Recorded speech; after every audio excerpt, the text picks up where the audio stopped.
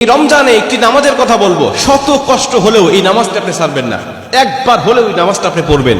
নবীজি এই নামাজের এত গুরুত্ব দিতেন, নবীজি বলেছেন জীবনে একবার হলেও তুমি নামাজটা পড়বে।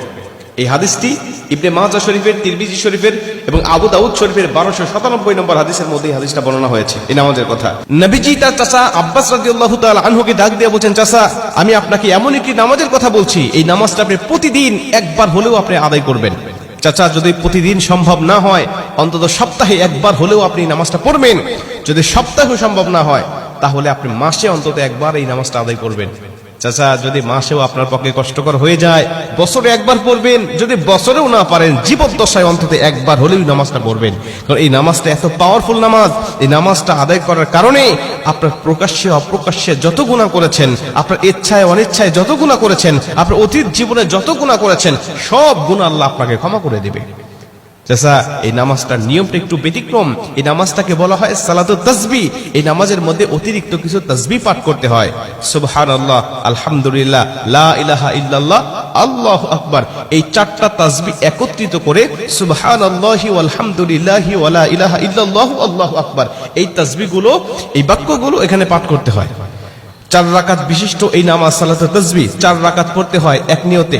4 রাকাত নামাজে প্রতি রাকাতে 75 বার করে করে মোট 300 বার এই তাসবিহটা পাঠ করতে হয়। সুবহানাল্লাহি ওয়াল হামদুলিল্লাহি ওয়া লা ইলাহা ইল্লাল্লাহু আল্লাহু আকবার, এই তাসবিহটা, এই দোয়াটা 75 বার করে করে প্রতি 4 রাকাতে মোট 300 বার করে আপনি পাঠ করবেন। কি নিয়মে পাঠ করবেন আমি আপনাকে নিয়মটা শেখাচ্ছি। আবু দাউদ শরীফের 1297 নম্বর হাদিসের মধ্যে যে নিয়মটা এসেছে, আমি এই নিয়মটা আপনাকে শেখাচ্ছি। আমাদের সমাজে আর বেশ কিছু মানুষ বেশ কিছু নিয়ম বলে, কিন্তু আমি আপনাকে হাদিস থেকে সরাসরি নিয়মটা জানাচ্ছি। এটা আপনি রেকর্ড করে নেন, খাতা কলম থাকলে লিখে নেন। প্রয়োজনে এটা যত সোশ্যাল মিডিয়াতে যাবে, ফেসবুক ইউটিউবে যাবে, এটা আপনি সেভ করে নিজ আইডিতে শেয়ার করে রেখে দিবেন, যাতে আপনিও শিখতে পারেন, অন্য মানুষকে শিখাতে পারেন। আপনার শেখানোর কারণে কেউ যদি নামাজটা আদায় করতে পারে, ও যে সওয়াবটা অর্জন করবে, সওয়াবের একটা অংশ আল্লাহ আপনার আমলনামায়ও দান করবে। এজন্য এগুলো মানুষের কাছে ছড়িয়ে দিবেন যত সম্ভব হয়। আপনি প্রথমে যখন নামাজটা শুরু করবেন, নিয়ত করবেন নফল নামাজের নিয়ত করে অন্যান্য নামাজে যেভাবে সানা পাঠ করি আপনি সেভাবে সানা পড়বেন। অন্যান্য নামাজে যেভাবে সূরা ফাতিহা পড়ি ওভাবে সূরা ফাতিহা পড়বেন। অন্যান্য নামাজে সূরা ফাতিহার পরে যেভাবে সূরা মিলান ওইভাবে সূরা মিলাবেন। সূরা মিলানোর পরে রুকুতে যাবার আগে দাঁড়ানো অবস্থায় আপনি 15 বার এই তাসবিহটা পাঠ করবেন। সুবহানাল্লাহি ওয়াল হামদুলিল্লাহি ওয়া লা ইলাহা ইল্লাল্লাহু আল্লাহু আকবার, এই তাসবিহটা পাঠ করলেন 15 বার। 15 বার পাঠ করার পর আপনি রুকুতে চলে গেলেন। রুকুতে গিয়ে রুকুর যে তাসবিহটা আছে, তাসবিহটা পাঠ করার পরে সুবহান রাব্বিল আযীম বলার পরে আপনি এই তাসবিহটা আবার পাঠ করবেন 10 বার। সুবহানাল্লাহি ওয়াল হামদুলিল্লাহি ওয়া লা ইলাহা ইল্লাল্লাহু আল্লাহু আকবার, এই 15 বার আর 10 বার 25 বার।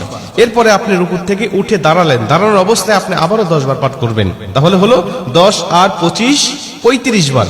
এরপরে আপনি রুকুতে চলে যাবেন। রুকুতে গিয়ে রুকুর তাসবিহটা পাঠ করার পরে আবারও পড়বেন 10 বার। এই হলো 35 আর 10 45 বার। এরপরে আপনি রুকু থেকে আবার উঠে বসে পড়লেন। বসার পরে আপনি আবার পড়বেন 10 বার। 45 আর 10 55 বার। এরপরে আপনি আবার রুকুতে চলে যাবেন। রুকুতে গিয়ে রুকুর তাসবিহ পাঠ করার পরে আবার পড়বেন 10 বার। এই হলো 10 আর 55 65 বার।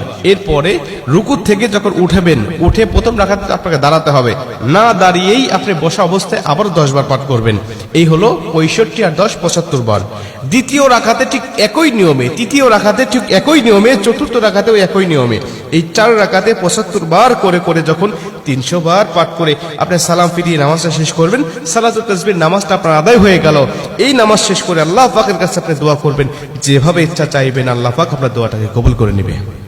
আমরা দেখেছি বেশ কিছু পিকচারের মধ্যে, বেশ কিছু জায়গায়, বেশ কিছু লেখায় আপনি এই নিয়মটা বর্ণনা করার পাশাপাশি একটু ব্যতিক্রম বর্ণনা করা হয়েছে, যে শেষ রাকাতে সেজদা থেকে উঠে বসে না পড়ে রুকুতে যাওয়ার আগেই মোট 25 বার পড়তে হবে। অর্থাৎ রুকুতে যাওয়ার আগে 10 বার আর সানা পড়ার পরে 15 বার। এই নিয়মটা বর্ণনা করা আছে, কিন্তু হাদিস শরীফের মধ্যে আমি যেটা বললাম এই নিয়মটা বর্ণনা করা আছে। অতএব এই নিয়মে যদি আপনি নামাজটা আদায় করেন, আশা করা যায় আপনার নামাজটা কবুল হয়ে যাবে।